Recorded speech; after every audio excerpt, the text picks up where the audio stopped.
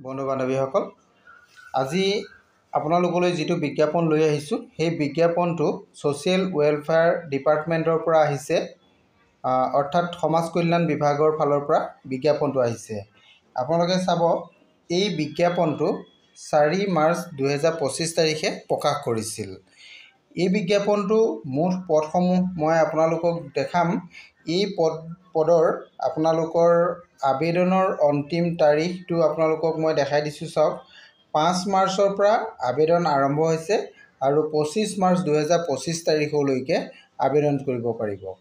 গতিকে বন্ধু বান্ধৱীসকল, ইয়াতে আপোনালোকৰ কি বস্তু প্ৰয়োজন আছে মই সকলোখিনি দেখাই দিম, আপোনালোকে চাই থাকক। এতিয়া আমি প্ৰথমতে আহোঁ। আপোনালোকৰ যিখিনি ডকুমেণ্ট লাগিব, ডকুমেণ্টসমূহ আপোনালোকৰ CV লগত আপোনালোকে জমা দিব লাগিব। সেই ইম্পৰ্টেণ্ট ডকুমেণ্টছখিনি মই আপোনালোকক জনাই লৈছোঁ কি লাগিব। Number 1 educational qualification certificate, number 2 age proof certificate, number 3 আপোনালোকৰ ভোটাৰ ID কাৰ্ড, নাম্বাৰ 4 আপোনালোকৰ আধাৰ কাৰ্ড আৰু নাম্বাৰ 5 আপোনালোকৰ এক্সপিৰিয়েঞ্চ চাৰ্টিফিকেট। এই 5টা ডকুমেণ্টছ আপোনালোকৰ প্ৰয়োজন হ'ব। গতিকে আপোনালোকে এই 5টা ডকুমেণ্টছ ৰেডি কৰিব লাগিব। আৰু এই পদখিনিৰ কাৰণে আপোনালোকৰ বয়সটো ইয়াতে উল্লেখ আছে, আপোনালোকে চাব পাৰিব। মিনিমাম 21 বছৰ। এই 21 বছৰটো আপোনালোকৰ হ'ব লাগিব 1/1/2025লৈকে হ'ব লাগিব।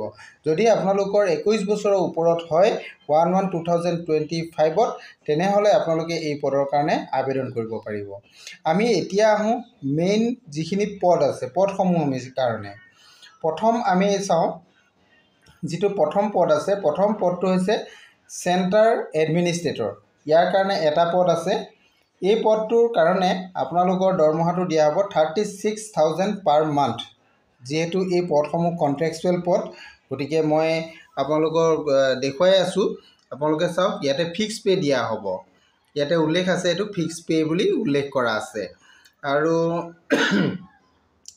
নেক্সট আমি আৰু পদলৈ যাম। যোৱাৰ আগতে আমি ইয়াতে কৈ দিছোঁ, এই পদটোৰ কাৰণে আপোনালোকৰ ইলিজিবিলিটি ক্ৰাইটেৰিয়াত দেখুওৱা হৈছে যে any women having master in law' হ'ব লাগিব, বা ছ'চিয়েল ৱৰ্ক বা ছ'চিয়'লজি বা ছ'চিয়েল ছায়েন্স বা philosophy with at least 5 years experience working on women relevant domain in a administrative setup with government or non government project. আপোনালোকে government বা non government প্ৰজেক্টৰ আণ্ডাৰত এইখিনি কাম কৰাৰ অভিজ্ঞতা আপোনালোকৰ থাকিব লাগিব। মিনিমাম আপোনালোকৰ 5 years, ইয়াতে 5 yearsৰ এক্সপিৰিয়েঞ্চ বিচৰা হৈছে, যিটো চেণ্টাৰ এডমিনিষ্ট্ৰেটৰ পদ আছে। এতিয়া এইটো আপোনালোকে দেখিলে। নেক্সট আমি আহোঁ, যিটো 2 নম্বৰ পদ আছে, এইটো হৈছে কেছ ৱৰ্কাৰ পদ আছে। কেছ ৱৰ্কাৰ পদ আছে আপোনালোকৰ 2টা।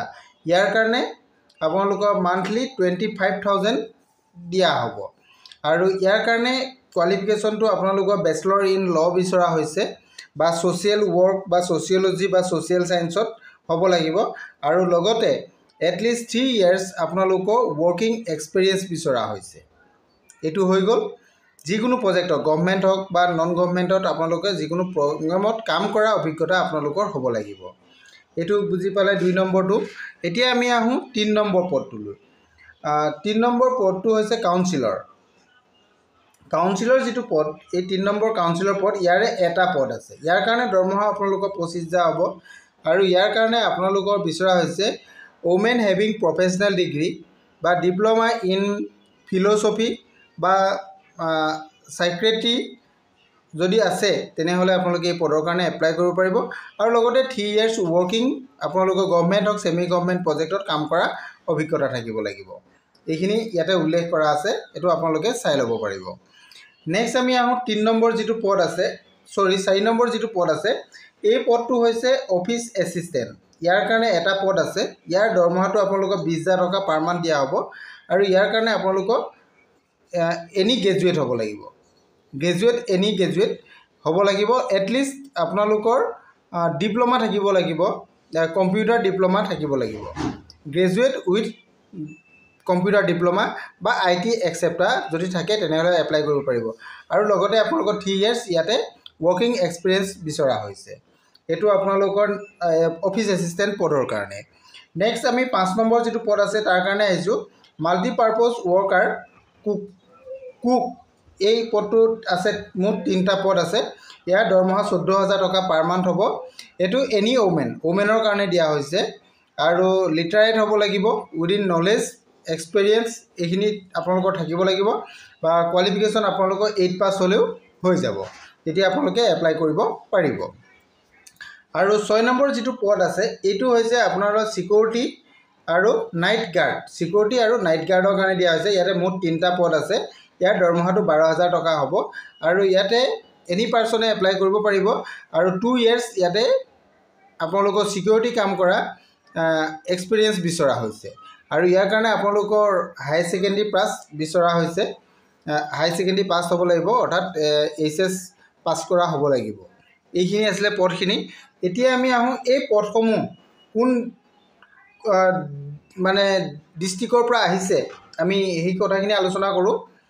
চাওক আপোনালোকে মই ইয়াতে দেখাইছোঁ প্ৰথমতেই যে আপোনালোকৰ এই হেডিংটো চাওক, government of Assam office of the district social welfare officer Barpeta. এইটো বৰপেটাৰ পৰা আহিছে। গতিকে আপোনালোকে এই পদটো বৰপেটা ডিষ্ট্ৰিক্টৰ পৰা যিহেতু আহিছে, গতিকে আপোনালোকে এপ্লাই কৰিবলৈ হ'লে বৰপেটাতে কৰিব লাগিব। গতিকে এইটো আপোনালোকে অফলাইন আবেদন কৰিব লাগিব। ইয়াতে ড্ৰপ বক্স আছে, ড্ৰপ বক্সত আপোনালোকে জমা দিব লাগিব CV, লগতে আপোনালোকৰ যি 5টা ডকুমেণ্টছৰ কথা মই অলৰেডি কৈছিলোঁ, এই 5টা ডকুমেণ্টছ সহ আপোনালোকে CVখন ড্ৰপ বক্সত জমা দিব লাগিব। ইয়াতে ড্ৰপ বক্সত জমা দিবৰ কাৰণে আপোনালোকৰ ইয়াতে অফিচ চেম্বাৰটো দি দিয়া হৈছে।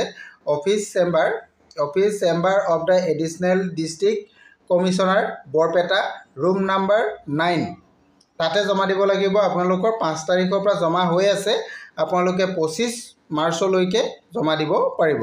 গতিকে আপোনালোকে এই ডকুমেণ্টছসমূহ ৰেডি কৰি আপোনালোকে 25 তাৰিখৰ আগত ফৰ্মখন জমা দি থওক। আজিৰ বিজ্ঞাপনটো ইমানেই আছিল আৰু সবিশেষ আপোনালোকক জনালোৱেই। আৰু যদি কিবা জানিব বিচাৰে তেনেহ'লে আপোনালোকে মোৰ ভিডিঅ' শেষত কমেণ্ট কৰিব, মই আপোনালোকক জনাবলৈ চেষ্টা কৰিম। আজিলৈ ইমানেই। Thank U.